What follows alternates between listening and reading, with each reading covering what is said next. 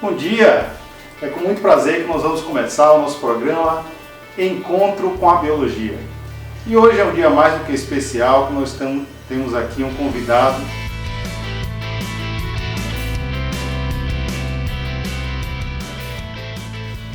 que é o professor Demilton. Eu que agradeço, para mim é uma honra fazer parte desse programa. A honra é toda nossa. Então vamos lá, hoje nós vamos falar de um tema mais do que interessante. Hoje nós vamos falar de mutações. E aí a gente vai saber tudo sobre mutações, a relação entre mutações e os super-heróis. Vamos entender o que é que pode causar esse tipo de mutação, esse tipo de alteração. Então é isso, professor. O tema é mutação. E vamos começar logo sobre essa questão do imaginário popular. É verdade que mutação poderá trazer superpoderes?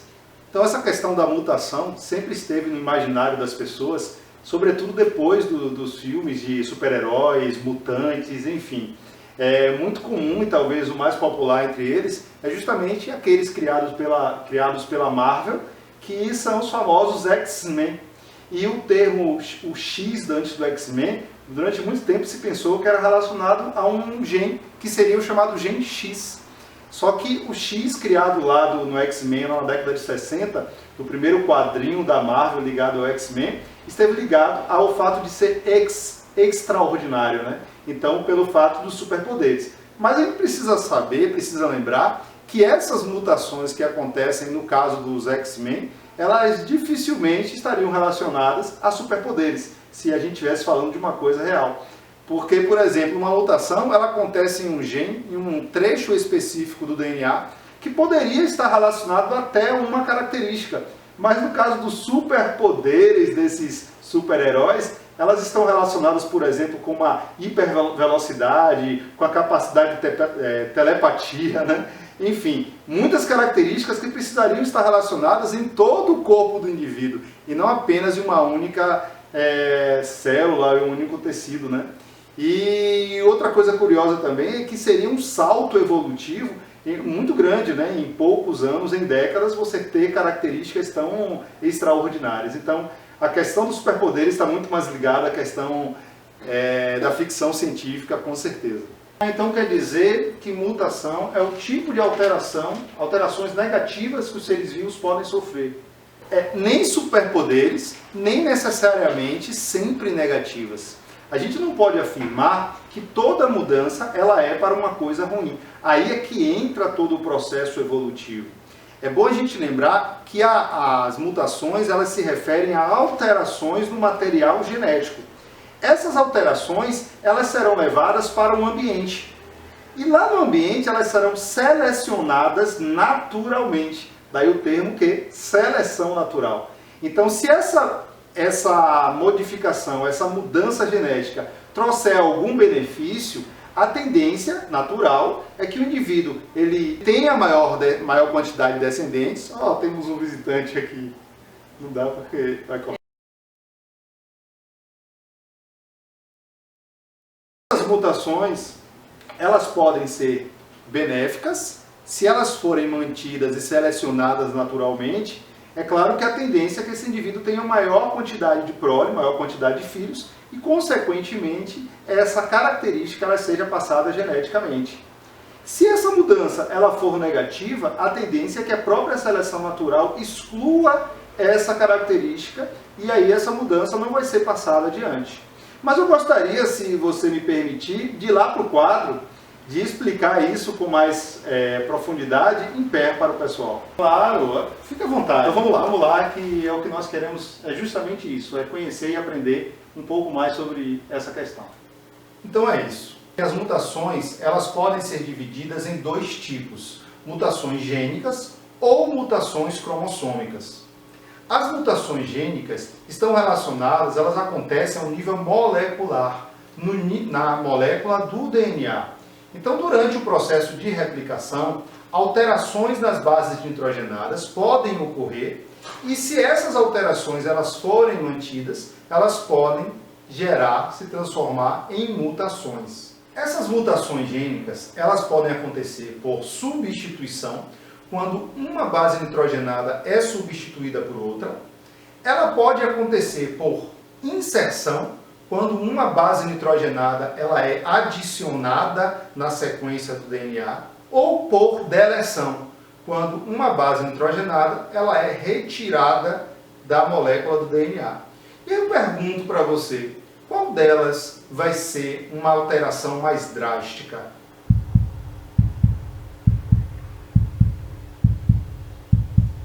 Pois é, você tem que lembrar o seguinte, que uma substituição de uma base nitrogenada, ela não necessariamente vai trazer uma alteração. Daí o termo que nós chamamos de mutações silenciosas. Por exemplo, uma alteração de uma base nitrogenada, onde no RNA mensageiro você tem CCU, e no lugar do U ela é alterada por um outro C, você vai ter a alteração da base nitrogenada, mas tanto CCU como CCC estão relacionadas à inserção de que aminoácido? Prolina. Então, mesmo sendo CCC ou CCU com a alteração, você não tem alteração no aminoácido e, consequentemente, na proteína que vai ser formada.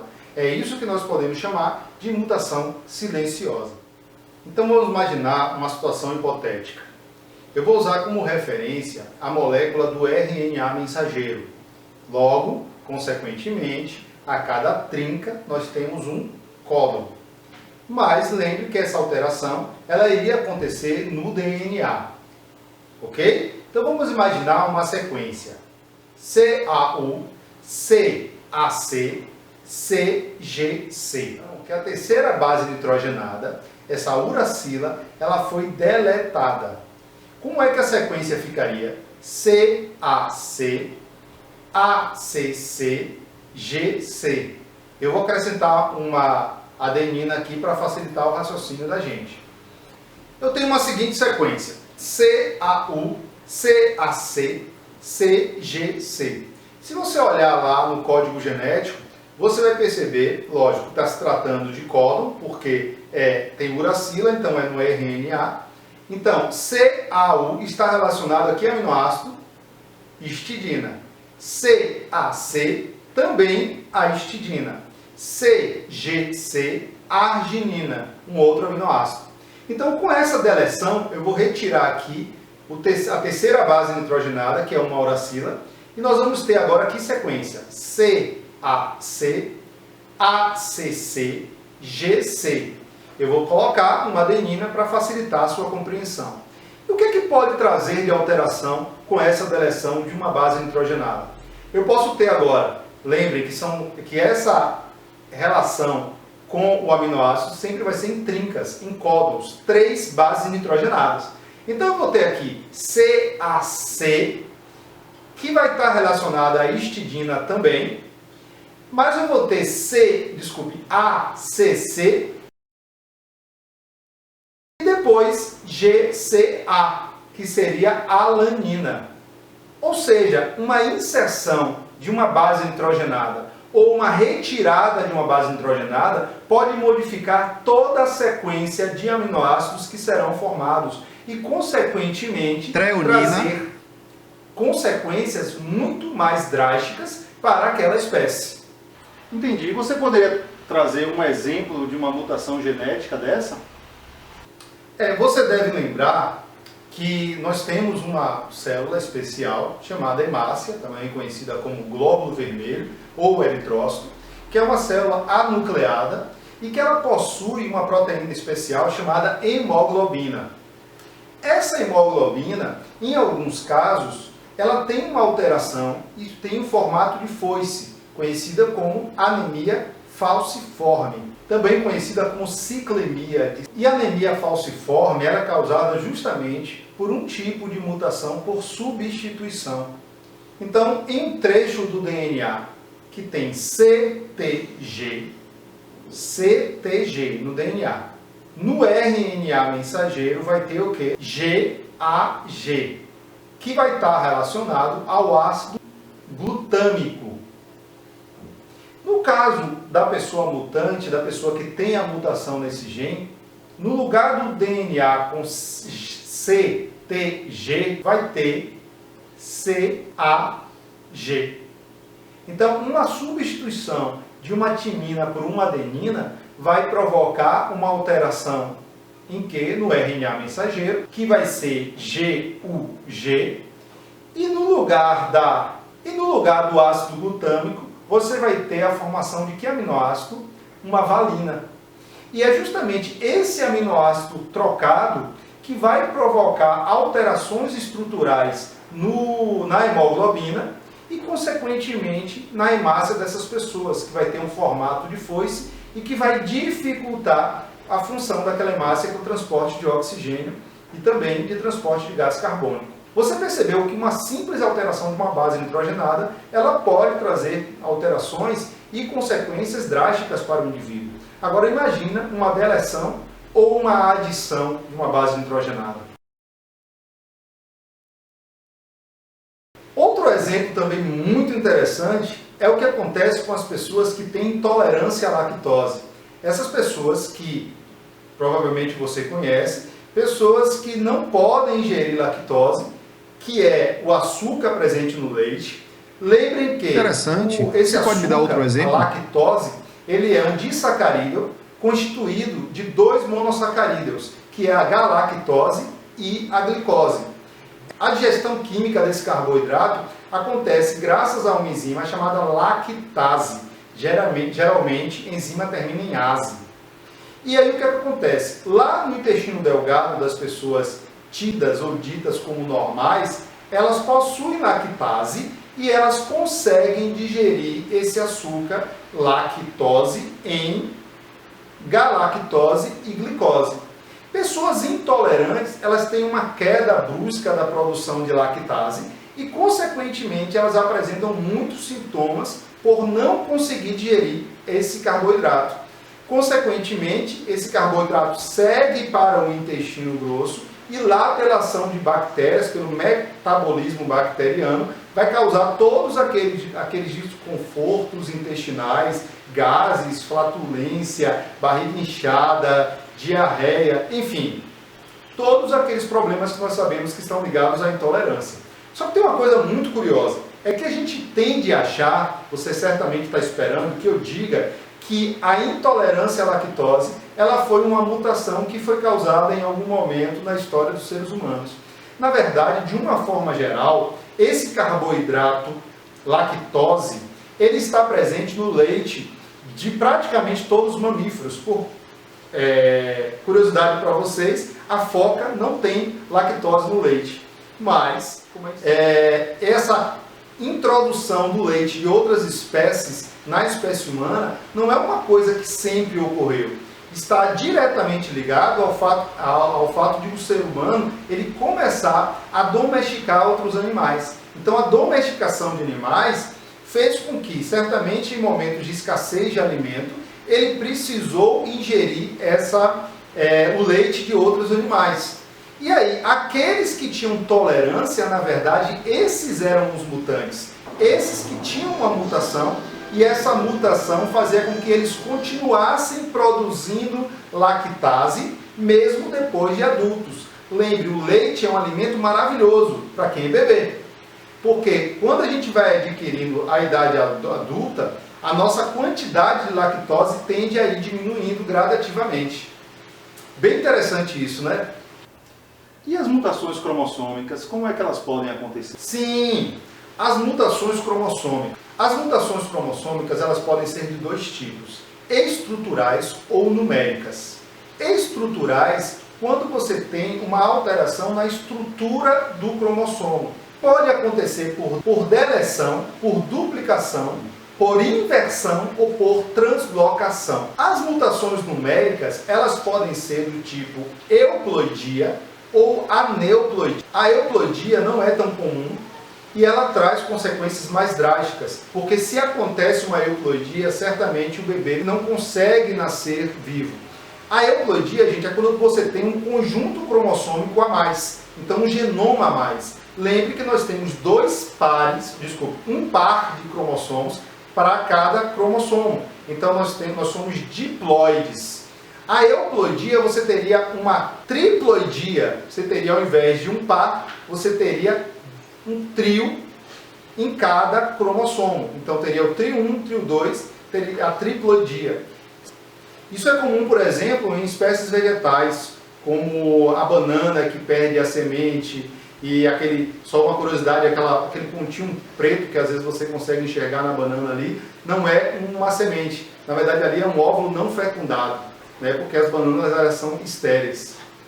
Se fosse apenas um no lugar de um par, você teria a monoploidia ou as aneuploidias. As aneuploidias, ao invés de você ter um conjunto cromossômico a mais ou a menos, você tem no lugar de um par, você pode ter a nulissomia, que é quando não tem nenhum naquele lugar que deveria ter um par. Você tem a monossomia, quando tem apenas um no lugar que deveria ter um par. Você tem a trissomia, quando você tem 3, onde deveria ter um par. E a polissomia, onde você pode ter mais do que 3, onde deveria ter um par. A trissomia mais comum e mais conhecida por todos é a síndrome de Down, que no par 21, ao invés de você ter um par, você tem 3. Daí trissomia no par 21. Por isso, por curiosidade também, eu já falei isso para você, que se comemora o Dia Internacional da Síndrome de Down, é 21/3, ou seja, 3 no par 21. E aí você vai representar como esse cariótipo de alguém que tem síndrome de 47XY mais 21. 47 porque tem um a mais, XY porque o cromossomo sexual é normal, e poderia ser XX se for mulher, e mais 21 para dizer que tem um a mais no par 21. A síndrome de Edwards, por exemplo, você tem o quê? Você tem também uma trissomia, só que no par 28. Desculpa, só que no par 18. Você tem então o quê? 47 XY ou XX mais 18. No caso da síndrome de Turner, por exemplo, você tem o quê? Você tem 45X, ou seja, você tem um cromossomo a menos. A pessoa não tem o Y, você representa 45, então você vai ter 45X. Ademir, essa pessoa vai ser um homem ou mulher? Vai ser uma mulher. O que dá a característica de mulher é a ausência do cromossomo Y e não a presença do segundo X. Isso é muito importante, isso já caiu no vestibular. Então, o que dá a característica masculina é a presença do cromossomo Y. E o que dá a característica feminina é a ausência do cromossomo Y. Não é a presença do segundo cromossomo X. Isso é muito importante, viu? Se ligue. E o que pode causar essas mutações? Fatores externos, eles podem contribuir para a geração de mutações. A gente pode dividir esses fatores externos em 3. Em agentes físicos, agentes químicos e agentes biológicos. Agentes físicos, o mais comum talvez seja a radiação solar. Todo mundo sabe que o excesso de exposição do corpo à irradiação solar pelos raios ultravioletas pode provocar câncer de pele, justamente porque esse excesso de exposição pode provocar mutações. Então é um exemplo físico. O raio-x também é outro exemplo. A gente sabe que a gente não pode também ter contato de forma costumeira com exames de raio-x. Se você reparar bem, quando você for fazer um exame de raio-x, você vai perceber que a pessoa que está lá operando os equipamentos, ele está protegido com uma espécie de colete, uma espécie de roupa bem pesada e fica geralmente atrás, e aquilo ali tem justamente chumbo, que vai ajudar a proteger desse tipo de radiação. Substâncias químicas podem influenciar, as drogas são exemplos de provocadores, de agentes mutagênicos e alguns remédios, por isso que ao se colocar algum remédio no mercado é preciso fazer uma série de testes para que esse remédio ele não provoque como efeito colateral a promoção, a alterações do material genético desse indivíduo. E biológico, Ademilton, como assim biológico? Embora você saiba que tem toda essa discussão se vírus é considerado ou não ser vivo, mas o exemplo mais claro sobre isso é o vírus do HPV. Você sabe que o vírus do HPV ele pode ser um agente que cause mutação e, consequentemente, está diretamente ligado ao câncer do colo do útero. Por isso que o ideal é que tanto meninos como meninas se vacinem se protegendo do HPV. Porque ainda que o menino não tenha colo do útero, na verdade não tenha nem útero, ele pode ser um agente transmissor do HPV, que é uma doença sexualmente transmissível. Na verdade, hoje a gente usa o termo infecção sexualmente transmissível, né? Que é o IST, né? Porque nem sempre uma infecção ela provoca uma doença. Então o termo mais utilizado hoje é IST, que são as infecções sexualmente transmissíveis. Então, por uma questão de pensamento, de pensar no outro, é importante também que todos nós homens tenhamos esse cuidado de nos vacinar contra o HPV. A gente precisa lembrar que essas mutações elas podem acontecer em dois tipos de células. Elas podem acontecer nas células somáticas. Células somáticas, pessoal, é aquele tipo de célula que compõe a maior parte do nosso corpo. Células sanguíneas, células da pele, células dos músculos e em células germinativas. Células germinativas são aquelas que estão relacionadas à reprodução, que podem ser utilizadas para gerar gametas, então são células diploides que vão ainda sofrer meiose para formar gametas. E aí, se a mutação acontece nessas células, aí essa mutação ela pode ser passada para os descendentes. E tem as mutações que acontecem em células somáticas, que elas podem ser transmitidas para outras células durante o processo de mitose, que é a reprodução dessas células. Então quer dizer que todos nós somos de alguma forma mutantes? Você também sabia disso? Interessante. Boa pergunta. Na verdade, sim. Na verdade, todos nós, de certa forma, somos mutantes. Porque nós somos resultados de muitas mutações que aconteceram em praticamente todas as espécies durante o processo evolutivo e, consequentemente, essas mutações, essas mudanças, elas puderam ser mantidas. Muitas delas, inclusive, foram deletadas da história dos seres vivos e a gente nem sequer tem como saber que elas ocorreram. Mas sim, todos nós, de certa forma, somos mutantes. Pois é, galera, então é interessante demais a gente conhecer mais sobre a vida, sobre os seres vivos, sobre questões genéticas. E vocês viram no dia de hoje, no programa de hoje, que muitas das alterações genéticas, elas podem trazer alterações para a nossa vida.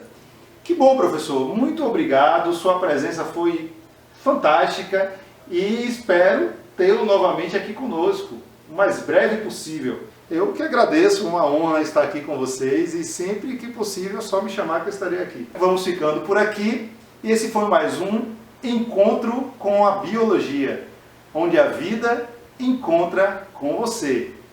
Valeu!